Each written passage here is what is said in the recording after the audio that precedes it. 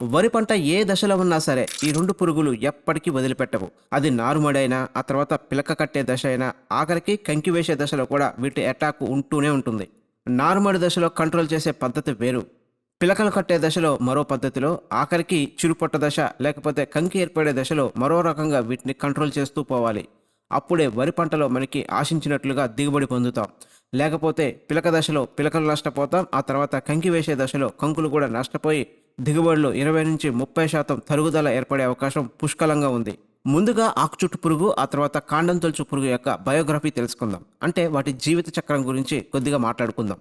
పిలక కట్టే దశ లేకపోతే చిరుపొట్ట దశలో పంట పొలంలో రెక్కల పురుగు కనిపించగానే వెంటనే రైతు వాటిని కంట్రోల్ చేయడానికి పురుగు మందులు స్ప్రే చేస్తూ ఉంటాడు. అయితే రెక్కల పురుగుల్ని ఖచ్చితంగా కంట్రోల్ చేయాలి, కానీ వాస్తవానికి నష్టం జరిగేది రెక్కల పురుగుల వల్ల కాదు. వాస్తవానికి వరి పంటని నష్టపరిచేది ఈ రెక్కల పురుగుల యొక్క మొదటి దశ, అదేవిధంగా రెండో దశ. రెక్కల పురుగు పంటనేమీ తినదు, అంటే గోకి తింటమో లేకపోతే రసం పీల్చి తింటమో ఇలాంటి పనులేమీ చేయదు. కేవలం ఆకుల మీద వాలి వెళ్ళిపోతుంది. అలా వాలి వెళ్ళిపోయిన మరుసటి రోజు నుంచి వరి పంటకు జరిగే డ్యామేజు మొదలవుతుంది. అదేంటి, పురుగు వాలి వెళ్ళిపోయింది కదా, ఇంకా నష్టం ఏంటి అనుకుంటారు చాలామంది రైతులు. ఇంకా కొంతమంది రైతులైతే ఈ రెక్కల పురుగుల వల్ల ఎటువంటి ఇబ్బంది లేదు అనుకుంటారు. రెక్కల పురుగులు పంట ఆకుల మీద వాలి పంటకి హాయో, గుడ్ మార్నింగో లేకపోతే గుడ్ నైటో చెప్పి వెళ్ళిపోవండి.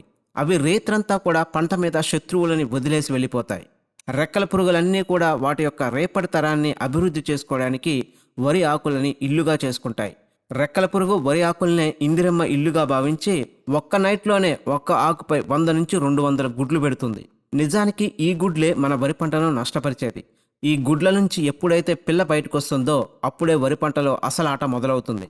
మనం మనుషుల్లాగానో లేకపోతే జంతువులు పక్షుల్లాగానో తల్లులే పిల్లలకి ఆహారం తెచ్చి పెట్టవండి. గుడ్లు పెట్టడం వరకే రెక్కల పురుగు యొక్క బాధ్యత. అందులోంచి పిల్ల బయటికి రావడం, ఆ తర్వాత దాని పెరుగుదల అంతా కూడా ఆ పిల్లే చూసుకోవాలి. అలా గుడ్లోంచి బయటకు వచ్చిన పిల్ల పురుగు వెంటనే తినడం ప్రారంభిస్తుంది. ఇంకా ఈ పిల్ల పురుగులకి లేసులు, కుర్కూరేలు అంటే నచ్చవు. ఇంకా వీటికి కావాల్సిందల్లా వరి ఆకుల్లోని రసం, వరి కాండాల్లో ఉండే మెత్తటి గుజ్జు. ఆకులోని రసం తిని పెరిగేది ఆకుచుట్టు పురుగు, కాండంలోని గుజ్జు తిని పెరిగేది కాండం తొలుచు పురుగు. కీటకాల భాషలో పిల్లల్ని లార్వాలుగా పిలుస్తారు. మొదటిది గుడ్డు దశ, రెండవది లార్వా దశ, మూడవది ప్యూపా దశ. ఇలా ఒక్కొక్క రెక్కల పురుగుకి 3 దశలుంటాయి. ముఖ్యంగా గుడ్డు దశ, ఆ తర్వాత లార్వా దశ పంటని బాగా నష్టపరుస్తాయి. ఇక్కడ దాకా వీడియోని స్కిప్ చేయకుండా చూసిన వాళ్ళందరికీ చాలా థ్యాంక్స్ అండి. వీడియోలోని ఇన్ఫర్మేషన్ బాగుందనుకుంటే ఖచ్చితంగా వీడియోని లైక్ చేయండి. ఆకుచుట్టు పురుగు, అదేవిధంగా కాండం తొలుచు పురుగు సంబంధించిన జీవిత చక్రం తెలుసుకున్నాం కదా. ఇంకా వీటికి ఏ దశలో గుళికలు చల్లుకోవాలి, లేకపోతే ఏ దశలో స్ప్రేయింగ్ ఇచ్చుకొని వీటిని కంట్రోల్ చేసుకోవాలి అనే విషయాలు అయితే ఇప్పుడు తెలుసుకుందాం.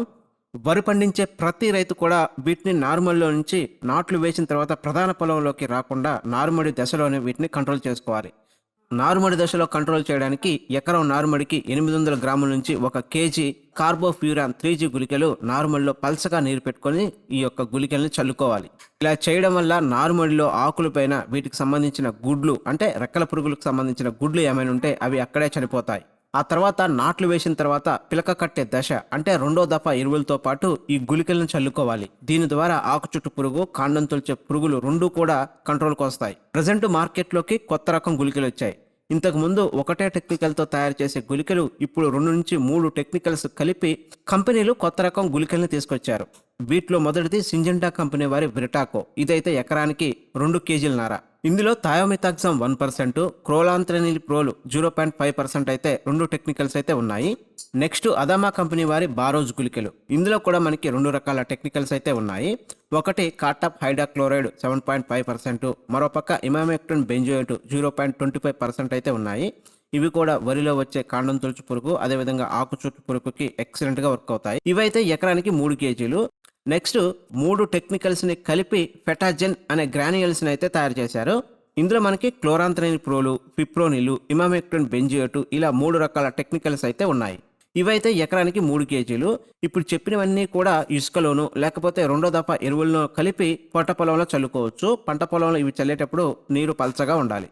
సో ఇలా పిలకలు కట్టే దశలో ఆకుచుట్టు పురుగు లేకపోతే కాండం తొలుచు పురుగు, దీన్ని మొగి పురుగు అంటారు. వీటి కంట్రోల్కి ఇక్కడ ఉన్న 3 కంపెనీల్లో ఏదైనా ఒకదాన్ని రెండో దఫా ఎరువులతో కలిపి చల్లుకోవచ్చు, ఎటువంటి ఇబ్బంది లేదు.